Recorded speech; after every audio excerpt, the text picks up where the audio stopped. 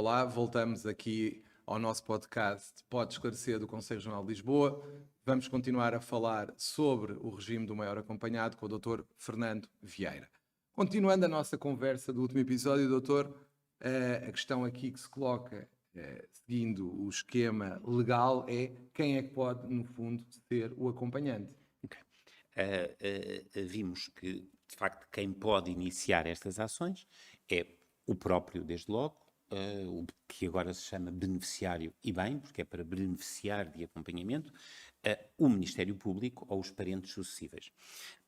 A questão que se põe agora é quem é que pode exercer as funções de acompanhante, no caso da ação proceder efetivamente. Também aqui há uma mudança filosófica de base em relação à antiga lei.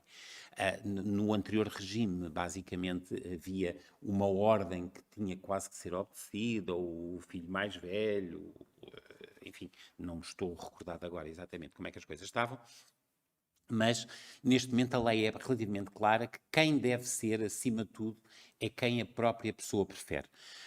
E eu lembro-me de uma vez, numa situação concreta, em que eu estava à frente, estava à frente de um senhor, estava eu, estava o senhor juiz, estávamos a ouvir, tinha feito o exame pericial até em plena audiência, uma conversa, e em que a própria pessoa me disse, uma pessoa com uma demência, claramente com uma demência, que me disse: eu posso já não saber contar, mas sei ainda muito bem quem é que gosta de mim. E, portanto, quem é que pode e deve exercer a função de acompanhante? Acima de tudo, quem a própria pessoa escolher, quem o beneficiário entender, que melhor o compreende, que melhor que melhor o pode auxiliar a decidir. E, portanto, acima de tudo, deve ser preferida a pessoa indicada pelo próprio. E depois, à semelhança do anterior regime, obviamente existe a lei elenca no 143 do Código Civil, elenca os vários familiares que podem, nomeadamente o cônjuge não separado, a unido de facto, qualquer dos pais, a pessoa designada pelos pais, os filhos maiores, enfim. Mas salvaguarda também sempre que é outra pessoa idónea. E, portanto, este aspecto é importante, mas diria eu, em resposta respondendo concretamente, deve ser preferida a pessoa que a própria pessoa prefere, até porque isto é para atingir a sua melhor vontade e a sua melhor preferência. E fazendo uma pergunta direta, que é o seguinte: imaginemos que há dúvidas sobre a vontade e sobre a capacidade da pessoa, naturalmente, até senão não estaríamos neste regime. Há alguma espécie de preferência da família em relação a outra pessoa qualquer ou não? Do ponto de Dos vista. laços familiares, no fundo. Sim. É claro que os laços familiares são importantes, mas aqui o que se prevê, acima de tudo, é quem é que a própria pessoa prefere. É claro que diria eu que é sempre complicado decidir em relação a isso. Mas é para esses aspectos que, obviamente, o Tribunal tem que estar atento. Não lhe esconderei que, de facto, eu penso que nós, culturalmente, em Portugal, e os magistrados, os psiquiatras, enfim, toda a gente, ainda se continua a preferir, a ter a ideia que dos familiares é que devem ser. Mas o que a lei privilegia, basicamente, é a vontade da pessoa, a preferência da pessoa. Portanto, explicando de uma forma mais direta, se a pessoa tiver um irmão, uma irmã, uma mulher até, uma esposa, se tiver outra pessoa que não tem qualquer vínculo familiar, pode preferir esta pessoa. Em teoria, pode. O raciocínio, a ideia de base que está por trás da lei é efetivamente essa. É claro que a decisão competirá depois ao Tribunal. Claro que sim, claro que sim. No fundo, que funções é que esse acompanhante, se calhar até era melhor dizermos assistente, pode vir a desempenhar? Confesso que há tempos ouvi uma senhora juiz, talvez se me lembrava exatamente de quem, mas não me lembro, que em plena conversa estávamos a dizer que estava a dizer que se calhar o termo melhor não é acompanhante, mas acompanhador. Isto fazendo alusão ao que acontece, nomeadamente para o acompanhamento dos violinos ou dos pianos nas orquestras. Mas de facto é alguém que está a assistir a pessoa. O problema é que já há o assistente pessoal, há o cuidador, há o acompanhante, enfim, já começamos a perder-nos no meio desta semântica toda.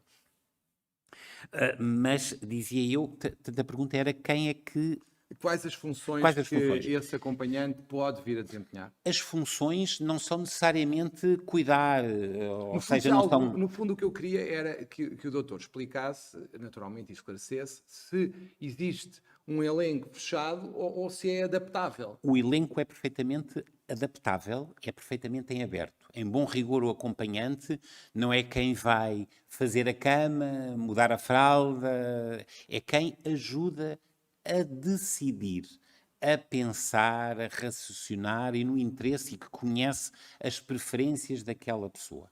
E, portanto, o acompanhante é aqui, digamos, uma segunda consciência. Não digo um grilo falante porque isso implica muito racional, mas no fundo é o grilo falante do lado direito, é o grilo falante do lado esquerdo, é o diabinho e o anjinho que estão do lado direito. No fundo é para ajudar a pessoa a decidir, a passar a preferência para a vontade, a racionar, a chegar a uma conclusão sobre algo. É claro que isto é muito difícil, porque nós não tomamos só decisões racionais.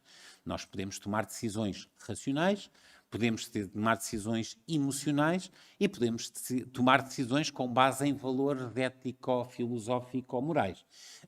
E, portanto, aqui a função do acompanhante é saber como é que a pessoa costuma tomar decisões, se as toma mais racionais, se as toma mais por gut feelings, por impulso, por emoções, ou se as toma mais por valores e seguir essas pistas e ajudar a pessoa a refletir efetivamente sobre esses aspectos.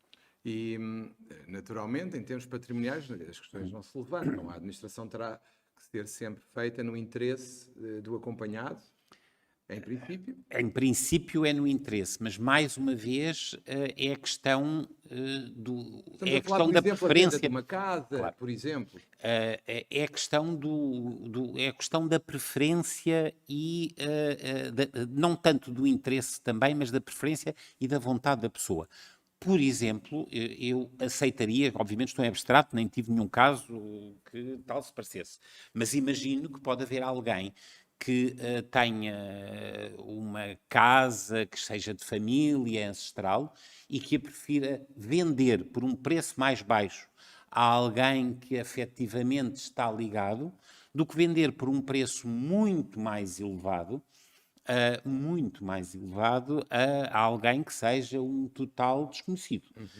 E digamos que, se calhar, o melhor interesse é o interesse do lucro, mas se calhar a melhor preferência e vontade desta pessoa é, ainda que seja um preço mais baixo, desde que, obviamente, não seja completamente um nonsense, desde que seja compreensível, o que deve ser respeitado é a preferência desta pessoa. No fundo, vamos para uma decisão extrema. E se for a questão de internar o acompanhado, como é que se vai processar? É o acompanhante que determina esse internamento ou é de outra forma que se processa? Para os direitos pessoais, a situação é muito mais complicada. Deixe-me dizer que eu já tive inclusive a oportunidade de ler com atenção o novo projeto de lei da Lei de Saúde Mental, que foi enviado, está neste momento no site da Assembleia da República, irá entrar em discussão pública e depois será votada. Uma das coisas que está previsto é o artigo do internamento do acompanhamento maior ser revogado. Porque as questões do internamento, o internamento na Lei 48, na Lei 49 de 2018, é um internamento que não é bem um internamento, é uma institucionalização. Para mim é mais uma fixação de residência. O internamento médico não é um internamento para toda a vida, isso não é um internamento médico. E, portanto, diria eu, essas questões do internamento são delicadas. Aliás, é feito o apelo a que passa a haver diretivas antecipadas de vontade em relação à situação, para se ter a certeza que é a vontade e a preferência da pessoa. É evidente que estas questões dos internamentos são das mais complexas, mas todos nós sabemos que pode haver decisões racionais, independentemente de patologia, de a pessoa não querer determinados tratamentos. Agora, temos que perceber se não quer esses tratamentos porque está doente ou se não quer esses tratamentos porque racionalmente não quer. Nomeadamente uma crença religiosa, por exemplo. Nomeadamente uma crença religiosa, por exemplo, e ser ajudada a refletir por essa crença religiosa. Aliás, a decisão de, por exemplo, de, sei lá, de não levar uma transfusão, não fazer um tratamento, pode vir de 3 razões. Estava-me a lembrar agora de um artigo que li. A pessoa pode decidir que não quer esse tratamento porque pesou os prós de ser tratado, os contras de ser tratado, os prós de não ser e os contras de não ser. Ponderou os prós e os contras de uma posição e de outra e decide dessa maneira. Ou então pode ter um gut feeling, uma sensação, não, eu acho que vou escapar, acho que não vai ser preciso, em última análise eu vou decidir isto porque eu tenho um feeling que vai ser isto. E a decisão pode ser a mesma do que se fizesse racionalmente. Ou então pode tomar uma decisão baseada em valores pessoais, intrínsecos, internos, morais, filosóficos, religiosos. E o acompanhante, pelas funções que desempenha, recebe alguma coisa ou não? A lei aí é clara, não pode receber. A ideia havia a questão de que haveria que de retirar isto de quaisquer interesses económicos que pudessem existir e, portanto, por definição, o acompanhante não recebe. Agora, de facto, tem que gerir no melhor interesse da pessoa. Eu penso que há alguns países, confesso que não estou a par como é que está em todos os locais, mas poderá haver algumas situações, alguns países que a legislação prevê a existência de situações semelhantes remuneradas. Obviamente tudo isto tem vantagens e desvantagens. A nossa lei é clara, não há lugar à remuneração. E diga-me o seguinte, o acompanhante pode ser substituído ou não e em que circunstâncias, caso possa ser? Sim, a partir do momento que a situação se ponha, que o Conselho de Família que havia na antiga lei atualmente não é obrigatório, mas pode existir, e se há algum problema se colocar, basicamente será levado a tribunal e o tribunal decide. Um aspecto da nova lei é, ao contrário das interdições que se eternizavam e uma pessoa, uma vez interdita, ficava interdita para toda a vida, era extremamente difícil se a pessoa recuperasse as suas capacidades, e nós sabemos que a ciência evolui e isso hoje é cada vez mais possível. Eu confesso que em todo este tempo profissional tive um senhor que a primeira coisa que me apareceu a dizer é que eu vim cá, para um exame pericial, eu vim cá para ser desinterditado, que é um termo que não existe, mas que de facto, quando o senhor me disse isto, eu percebi exatamente o que é que se passava. A lei agora prevê que pelo menos de 5 em 5 anos as situações têm que ser revistas pelo Tribunal. Ou revistas a qualquer momento, se houver essa necessidade e se isso estiver indicado. E, portanto, penso que em relação a isso, obviamente, o Tribunal decidirá se alguma questão se puser em relação a isso. E o próprio acompanhante pode pedir escusa? Isso é algo que é complexo. Eu acho que, não sei se até agora não tenho a ideia que tenha levantado alguma vez esse problema, mas de facto a lei prevê que os familiares diretos não podem não aceitar, não podem escusar-se a exercerem isso.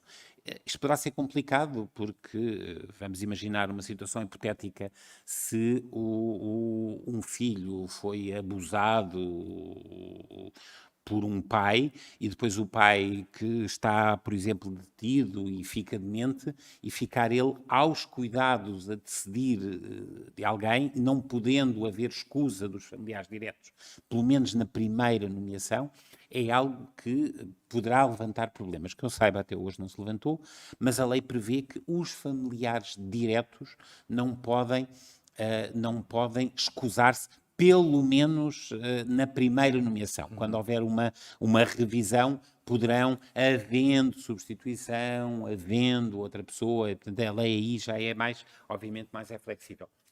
Mas diria eu, é para estas coisas que existem nos tribunais e que tudo o que não está previsto na lei, Tem que ser enfim, vai para o resolvido. tribunal e é resolvido. Nós já falámos sobre isto, mas só para sintetizarmos, o âmbito do acompanhamento, qual é que deve ser, neste caso? Deve-se limitar, já referiu, ao que seja indispensável, mas concretizando um pouco, o que é que nos poderia dizer sobre isto?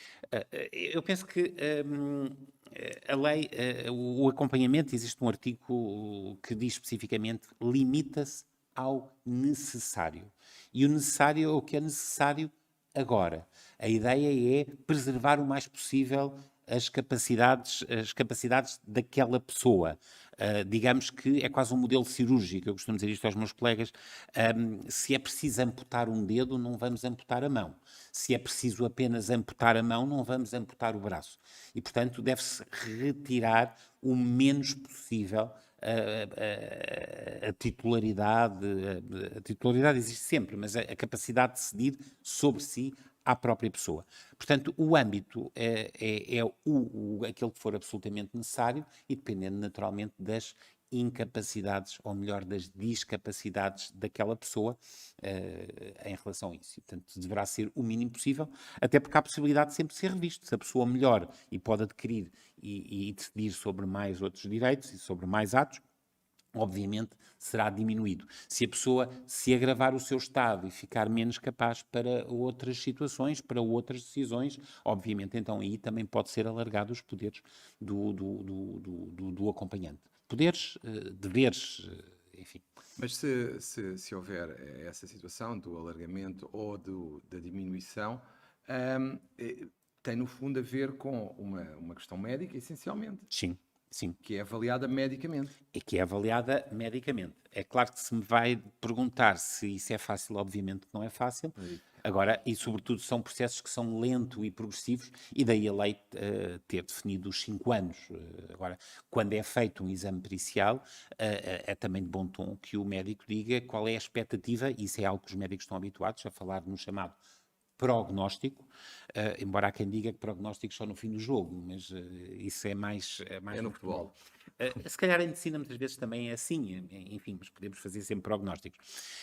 E, portanto, se houver previsibilidade de mudança de situação, o médico deverá dizê-lo, e já começam muitos tribunais a perguntar especificamente isso em quesitos adicionais, começam e bem, naturalmente. Interromperíamos aqui o nosso episódio e deixaríamos a marcha do processo para o terceiro episódio do nosso podcast e aí analisaremos como é que processualmente tudo vai acontecer. Até lá.